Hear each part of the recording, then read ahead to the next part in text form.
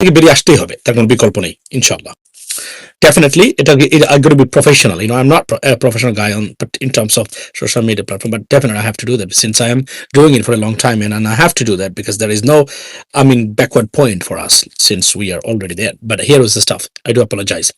So welcome to this live, ladies and gentlemen. Today, আপনারা জানেন যে প্রথমেই বলি যে বাংলাদেশের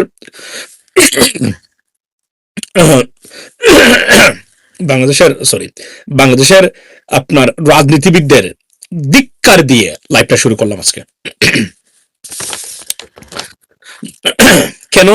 কারণ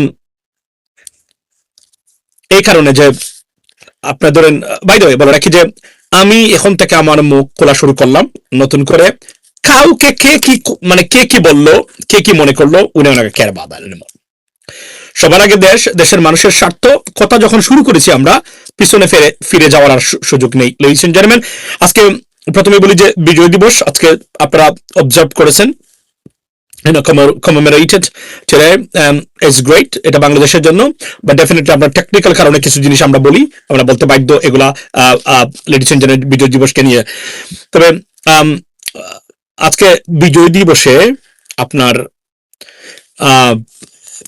নরেন্দ্র মোদীর পোস্ট এই প্রথম বাংলাদেশের জনগণের দৃষ্টি আকর্ষিত হয়েছে। Drawn their attention and রীতিমতো washed away by comments and reactions by Bangladeshi Gen Z, ladies and gentlemen. অর্থাৎ মোদীর আজকের এই পোস্টে বাংলাদেশিরা মারাত্মক প্রতিক্রিয়া দেখিয়েছেন এবং তা তুলপাড় সৃষ্টি করেছে ইতিমধ্যেই। এই প্রথম 54 বছর পরে বাংলাদেশের জনগণ, আগে একটা কমেন্ট আমার মনে আছে, সম্ভবত 3 বছর আগে একটা কমেন্ট, একটা প্রশ্ন করেছিলাম। এই কমেন্ট এখন যেহেতু 3 বছর আগে পাচ্ছি না আমি, ওইভাবে না, রাফ ভাবে না, শুধু প্রশ্ন করেছিলাম সেখানে, যেটা আওয়ামী লীগ ক্ষমতায় ছিল তখনকার সময়, যে ফেসবুক তো নষ্ট করে ফেলতো তারা, এই বই আমরা প্রতিবাদ করতাম না তখন, গিয়ে তাদের এখানে আপনি আসতে পারবেন না আমার অ্যাকাউন্ট নিয়ে অনেক ক্ষেত্রে, কারণ ফেসবুক তখন আওয়ামী লীগের যারা আছে এরা এখান থেকে এরা নির্দেশ দিত, লিঙ্ক দিত বা ধরে নিয়ে আসতো এখান থেকে চেক করে। এটা একটা ভয়ঙ্কর পরিস্থিতি ছিল।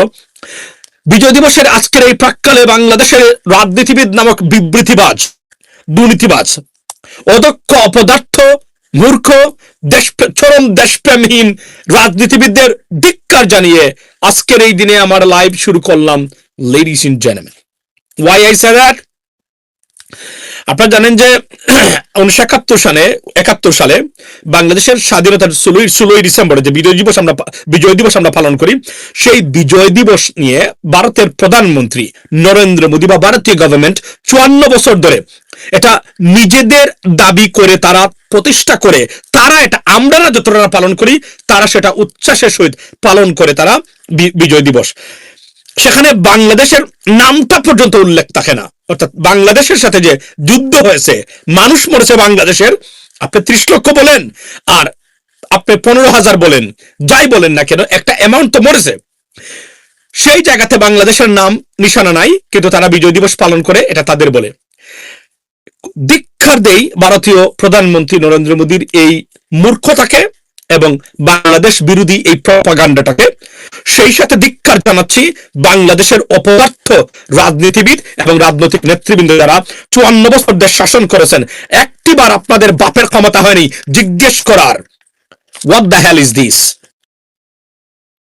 আমাদের স্বাধীনতা, আপনি বলছেন আপনার স্বাধীনতা, আপনার বিজয় দিবস, এটা স্বাধীনতা দিবস না, বিজয় দিবস, আপনার এই বিজয় দিবস, এটা কিভাবে সম্ভব? আপনি বলবেন আপনি সহযোগিতা করেছেন। আমি বলেছি গতকালকেও, উনি বলতে পারে, তো ভারত বলতে পারে আমাদের প্রচেষ্টায়, আমাদের একমাত্র সহযোগিতায় বাংলাদেশ স্বাধীন হয়েছে, নাহলে বাংলাদেশ স্বাধীন হতে পারতো না, তাদের মানুষ আত্মত্যাগ করেছে, আমরা এখানে না। সরাসরি এরা বলছে ভারত পাকিস্তানের যুদ্ধ।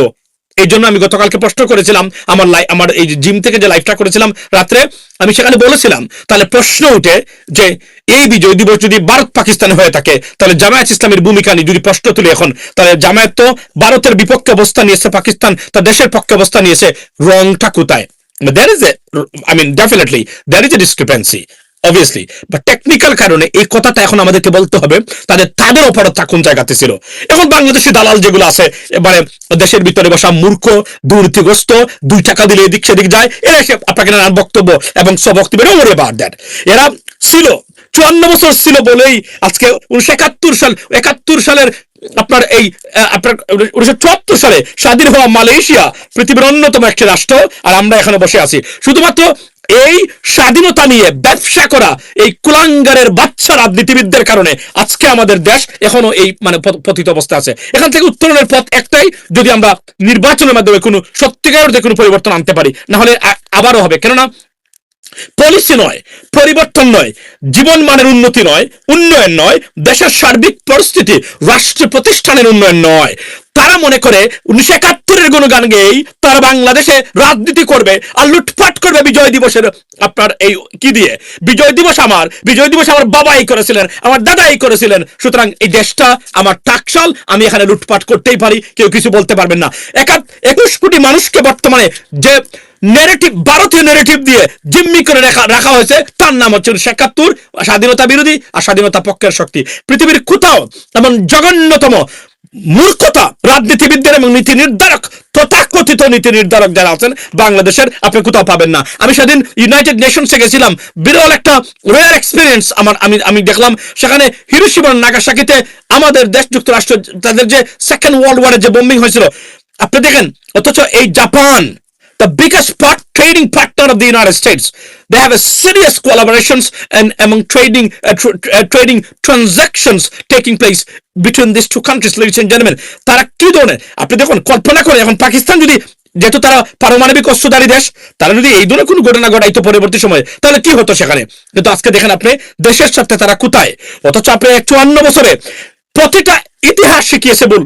আপনি কমন সেন্সের ভিত্তিতে আমি আজকে প্রশ্ন তুলি, মুক্তিযোদ্ধারা বলছেন, আখতারুজ্জামান বলতেছে, মেজর আখতারুজ্জামান, কর্নেল অলি আহমদ, এদের মতো এদের চেয়ে বড় মুক্তিযোদ্ধার কে হতে পারে? আখতারুজ্জামানের অনেক মানে কথা আছে, আমার সেদিন একটা টক শুতে অনেক মানে একদম উত্তেজনা সৃষ্টি হয়েছিল ওনার সাথে আমার। আই আন্ডারস্ট্যান্ড দ্যাট, বদলুক মানে নানানভাবে আপনার কিন্তু আমার প্রশ্ন হলো এই জায়গাতে, তারা যদি বলে যে আমাদের বুদ্ধিজীবীদের পাকিস্তানিরা হত্যা করে নাই, তাহলে এই প্রশ্নটা মুক্তিযোদ্ধারা যদি এই কথাগুলো বলে, আওয়ামী এবং ভারতীয় দালাল এবং পেতাত্তা ছাড়া, এবং যাদের ভিতরে, যাদের শরীরে এবং যাদের প্রতিটা সন্তানে এই দাদাদের জিন আছে, তারা ছাড়া, প্রকৃত মুক্তিযোদ্ধা যারা আছেন তারা ছাড়া যদি বলে তারা আমাদের এই 14 ডিসেম্বর আমাদের শহীদ বুদ্ধিজীবী দিবসে আমাদের বুদ্ধিজীবীরা বুদ্ধিজীবীদের পাকিস্তান হত্যা করে নাই, ওয়ার্ল্ড ডকুমেন্টেড, আপনাকে বলতে হবে পাকিস্তান হত্যা করেছে।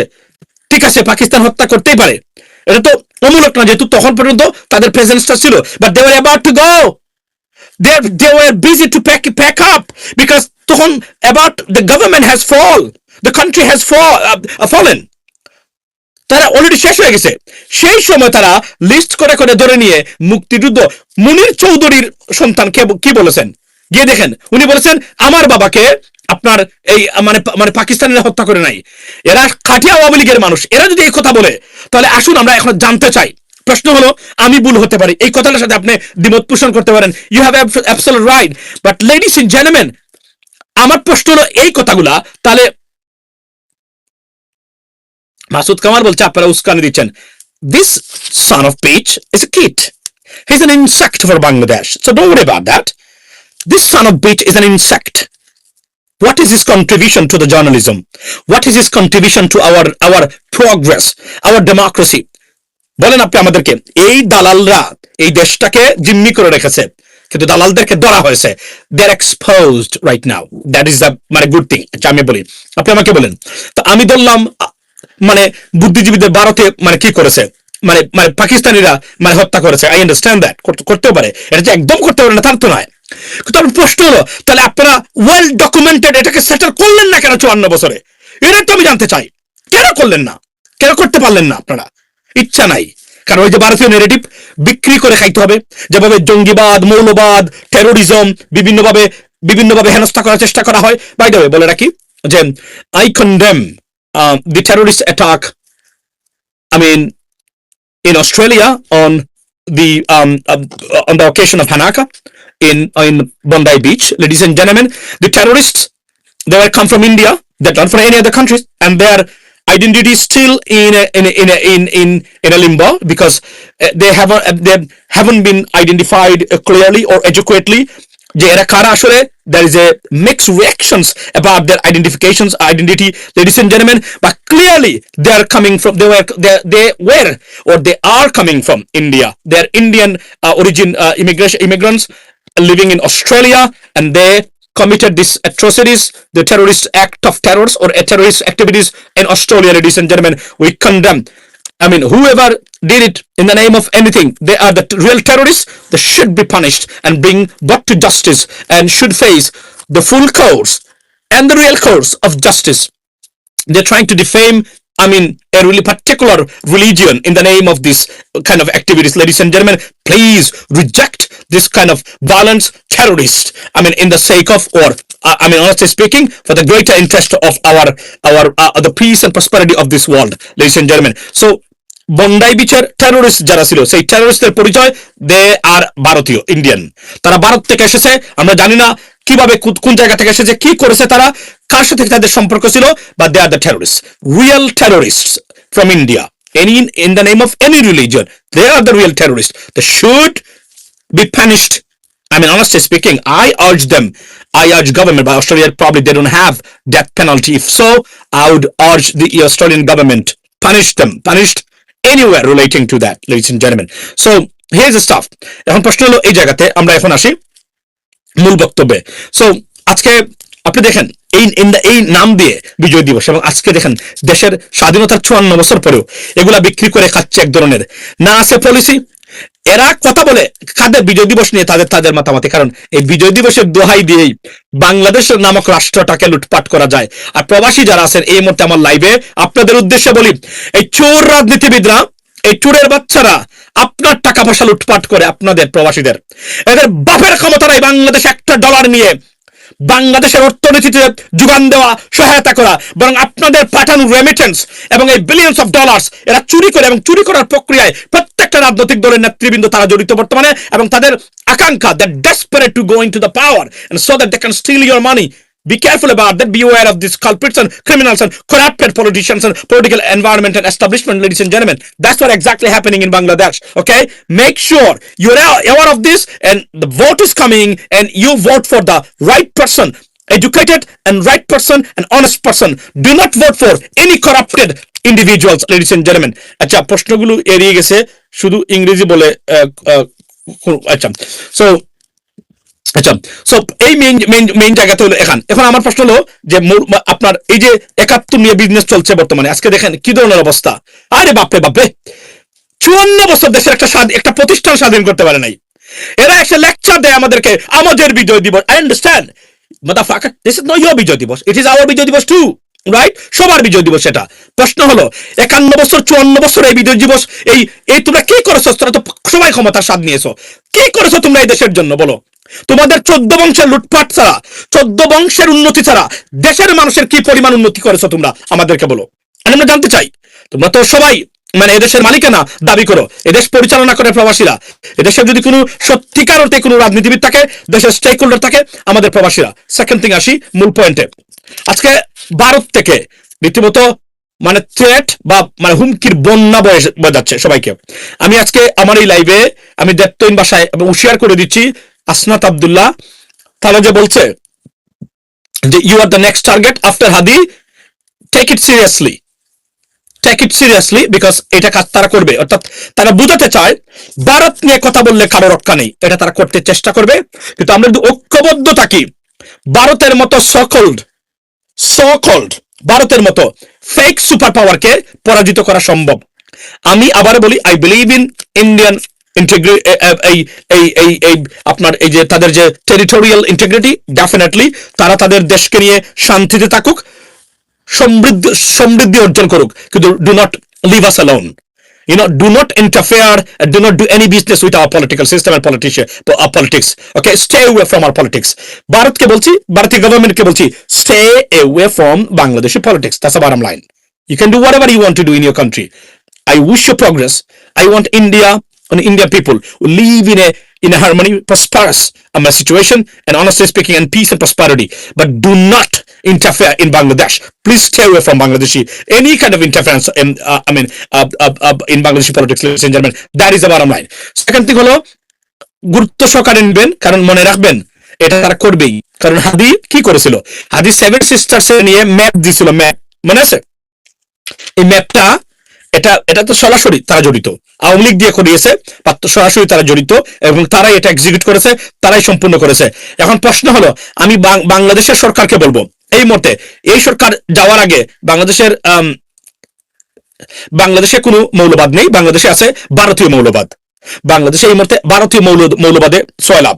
এই ভারতীয় মৌলবাদের বিরুদ্ধে আমাদেরকে, এবং উগ্র হিন্দুত্ববাদ বা জঙ্গিবাদ যেটা হিন্দু মানে এটাকে, এটার বিরুদ্ধে আমাকে যুদ্ধ করতে হচ্ছে, এবং ভারতীয় আগ্রাসন নিয়ে। বাংলাদেশের মানুষ মৌলবাদী হতেই পারে না। আর আমরা মৌলবাদ যদি কেউ থেকে থাকে, তাকে সর্বোচ্চ আইনের আওতায় আনা দরকার। এবং মৌলবাদ বলতে ইয়াস, যারা মৌলবাদ আছে এরাও দেখবেন কোনো না কোনো ভাবে ভারতের সৃষ্টি বাংলাদেশে। আর বাংলাদেশের কোন প্রকৃত মুসলমান কখনোই সন্ত্রাসী হতে পারে না, কারণ ধর্ম বা মানে ইসলাম কখনোই সন্ত্রাস হতে শেখায় না। যেটা শেখায় না আমরা অস্ট্রেলিয়াতে দেখেছি, জীবন বিপন্ন করে মানুষকে বাঁচাতে গেছে। এটাই প্রকৃত অর্থে মানে ধর্ম, এটাই প্রকৃত অর্থে মানে মুসলমানদের রীতি হওয়া দরকার। যদিও মুসলমান নামদারি টেরোরিজমের সংখ্যা আছে, এটা বিভিন্ন দেশ বিভিন্ন স্বার্থে তারা তৈরি করে ব্যবহার করতেছে বর্তমানে, কিন্তু কালপ্রিট মুসলমান নামদারি শয়তান যেগুলা, এরা নামে মুসলিম, সত্যিকার অর্থেই এরা কাজে কোনো মুসলমান না, এরা এই ঘটনাগুলোর সাথে জড়িত থাকতে পারে এবং অনেক সময় তাদের নাম আসে। লেডিস এন্ড জেন্টলম্যান, আজকে আপনি দেখেন সব ধরনের সন্ত্রাসীকে আমাদেরকে ডিনাউন্স করতে হবে। গতকালকে যে এখানে একটা হামলা মানে বন্দুকধারীদের 2 জন মারা গেছে, একজন মুসলিম আজারবাইজানের। সুতরাং আমরা আবার বলি যে আমাদেরকে ঐক্যবদ্ধভাবে এই সন্ত্রাসী বা মানে মানে সন্ত্রাসকে মোকাবেলা করতে হবে। সবাইকে সব ধর্ম বর্ণের মানুষ মিলে, সাদা কালো আপনার শর্ট টল সবাইকে মিলিয়ে আমাদেরকে এটা মোকাবেলা করতে হবে, লেডিস এন্ড জেন্টলম্যান। সো এখন আসি আমার মূল পয়েন্টে। হাসনাতের উপরে যে থ্রেটটা এসেছে, প্লিজ এটাকে don't take it lightly, it's a very serious matter. মনে রাখবেন, হাদি যে কাজটা করেছিল, সে একটা ম্যাপ দিয়েছিল, ভারতের ম্যাপ। সেই ম্যাপটা ভারতীয়রা খুব গুরুত্ব সহকারে নিয়েই দেখেন তারা বলেছে তারা করবে এবং তারা করেছে। হাসনাত আব্দুল্লাহ আছে, বেস্টার ফুয়াদ আছে, আমি যদি বলি, তারপরে আপনার আরো কয়েকজন আছেন, তারা তাদের এই মানে আওতায় আছেন, লিস্টে ডেফিনেটলি আছেন। তবে যদি ঐক্যবদ্ধ আমরা থাকি, মনে রাখবেন এরা যতই নিজেকে শক্তিশালী মনে করুক না কেন, এদেরকে মোকাবেলা করা is a matter of time. আমি জানি না ভবিষ্যতে কোন গভর্নমেন্ট আসবে, তবে সেই গভর্নমেন্টের চিন্তা চেতনার উপর নির্ভর করবে আগামীর বাংলাদেশ কিভাবে হবে। আমি যা দেখতে পাচ্ছি এখন ভেরি ব্যাড।